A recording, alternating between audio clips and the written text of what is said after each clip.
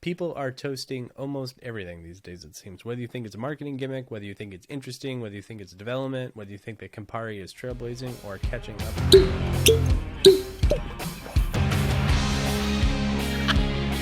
I don't want to talk about how much whiskey I just got on my blazer. Hey, thanks for joining us for your dose of Weekly Whiskey with John and Jay. Weekly Whiskey is made on Mackie. If you'd like to find out more about the top-notch studio gear that we're using, you can check it out at Mackie.com. Thank you, Mackie. Now let's go ahead and get on into it. So what are we drinking tonight, John? Tonight, we're going to do a fun review. Sometimes we get to do some of these things right when they come out. This is one of them. Hell yeah. Very happy about that. We get the brand new Wild Turkey Master's Keep 1. So I think instead of teasing this one out for a long time, let's dig into it, have a smell, have a taste, and then talk about it as a product and as a value prop and see how it kind of fits into the slowly crowding segment of toasted barrel releases. Yeah, man. I mean, people are toasting almost everything these days, it seems. Whether you think it's a marketing gimmick, whether you think it's interesting, whether you think it's development, whether you think that Campari is trailblazing or catching up or hopping on the bandwagon, it's really no surprise. We're seeing a lot more toasted products. It's kind of cool. Usually Wild Turkey is years behind. I feel like the toasted has very much been a 2020, 2021 thing. So seeing it in 2021, they're neck and neck with everyone else. What do you think so far? So, I mean, who did this thing first, right? I mean, was this a Michter's thing? Mm-hmm. Were they the first to really roll this thing out in force and say, hey, here we go, we're going to toast these things up and do it? I mean, Michter's has been doing it for years. Right. At least since 2015, from what I can recall. And then we saw Elijah Craig Toasted Barrel. It's hard to forget Woodford Reserve Double Oaked, and then followed by Old Forester 1910. Those are both finished in toasted. So, yeah, and each brand tends to articulate it slightly differently, right? Which sort of that you got to expect a little bit of marketing to come into play. There's a little bit more story behind the old foe, which I feel like with that brand you kind of expect. Like their historic spin on most everything is sort of their shtick. Mm-hmm. The Wild Turkey Master's Keep 1, you could expect to be, I mean, they've just got the one bourbon recipe, so you know it's going to be that same turkey recipe, perhaps aged in a different location and finished a different way to see if they can pull just a bit more nuance out of it one way or another. I don't know. I'm ready to dig in, see what it's all about. On the nose, it's striking me as a toasted bourbon. I'm getting a lot of those notes that I don't go into a tasting expecting anything traditionally. But if you had said, hey, get ready for some toasted stuff, this is on profile for that, I feel like. There's nothing surprising here, I should say. No, nothing. It's not making me go, wow, this is incredibly different. This has, I get that big, like, kind of marshmallow filling, like sweet almond, not like a sandalwood black tea, but a little bit of that kind of extra woodiness and exotic spice. This has all that. It is it is on profile for a toasted thing, you know. It is. It is extra toasty. It does elevate that wood note just a little bit. Mm-hmm. And I think what turkey can do sometimes, Long Branch being an example of this, is it can sort of bring out a different type of nuttiness, a pecan shell kind of thing. And this doesn't go that direction. This, for me, is a little bit softer, a little bit sweeter. A dark wildflower honey kind of works in there with it, but you do get a lot of that barrel influence. Yeah, the biggest thing I notice is the transition from the front of your palate to the back of your palate to the finish. So big, sweet up front on the nose when it first hits your palate. Then it grows really dark, really spicy, really woody on the back of your palate, and a long, spicy finish.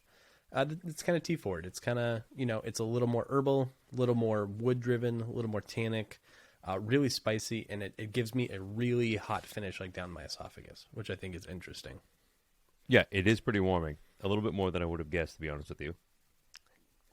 I won't say it's hot. Yeah, it's a little hot. It's also a little thin, which I wasn't quite ready for on a turkey release. They don't usually hit me quite that way. Mm-hmm. I'm not ready to put a full thumbs up or down on this, but I would have expected just a little bit more in terms of either depth or balance here. It's kind of like pretty sweet up front, and then it comes in with some spice.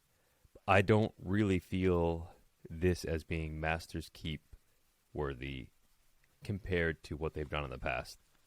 I'm with you. The one word, if I had to boil this down into a single word, is that this feels kind of disjointed. So it's a little bit, it's all over the place. There's a lot going on. I don't think it's particularly well tied together. And for a $1.99 price tag, which I just paid, I think that's, I wouldn't say that that's quite warranted. I think Master's Keep, 17-year bottled in bond, absolute slugger. I think this is interesting.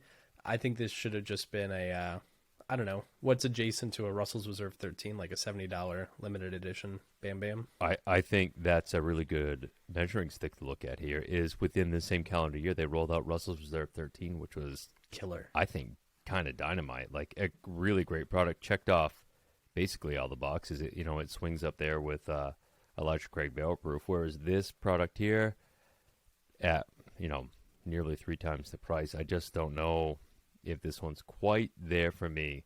I think it's not their best showing as a Master's Keep, that's for sure. Yeah, I think I would be hard-pressed to put this up against Woodford Reserved Double Oak or even a Michter's Toasted and see it come out ahead. So I won't, we'll give it some more tasting. We'll give it some more reviews. We'll write down, we'll put pen to paper. But on initial tasting, I won't say I'm disappointed, but I don't think this lives up to, Master's Keep is kind of the pinnacle of Wild Turkey. It is supposed to be the pinnacle every year. And I think that in the same year that Russell's Reserve 13 came out, I would have put Russell's 13 right up there instead. Yeah, and I feel like that's saying a lot because we know where you stand on oakiness and the strength of that dark, spicy character that came through in the Russell's 13. I know that wasn't your absolute favorite release from Turkey. But it was well made. Like, that was really good whiskey that just wasn't quite for me. It was very expressive, where I feel like this is a little bit more in line with what you would expect from a toasted bourbon. And that's not necessarily a disappointment. It's not necessarily a bad thing. Traditionally, those have not excited me anyway. There have been very few of those that have really kind of stood out to me. This one, I feel like, falls right in line with the rest of the pack. I don't like to tie price into my review ratings, but if I were to rate this and then say, hey, do I feel like my rating warrants the price tag this thing carries, we'd be upside down. Yeah, I could not agree more. I think that just about wraps this one up. It's a little bit with a heavy heart that I say thank you for catching your dose of weekly whiskey with us here with John and Jay. I mean, but that's what the people are here for. These are hard to find. People are tempted to pay secondary. They're tempted to go out and spend $200. Hopefully our honest thoughts can give you, a good inside look at what you can expect. And if you'd like to, see more from us, if you'd like to support what we're doing, if you'd like to join our community, you can go ahead and join us at patreon.com/thewhiskeynet. That's right. Also, don't forget to check out our studio sponsor, Mackie. You can check them out on Instagram at Mackie Gear or at Mackie.com. Yeah, they're making us sound great. They have everything your studio might need. If you're looking for more from John, you can find him at thebourbonfinder.com. If you're looking for more from me, I am Jay from whiskeyraiders.com. We are the Rotten Tomatoes of whiskey. And thank you for joining us tonight. Cheers, y'all. Cheers, guys.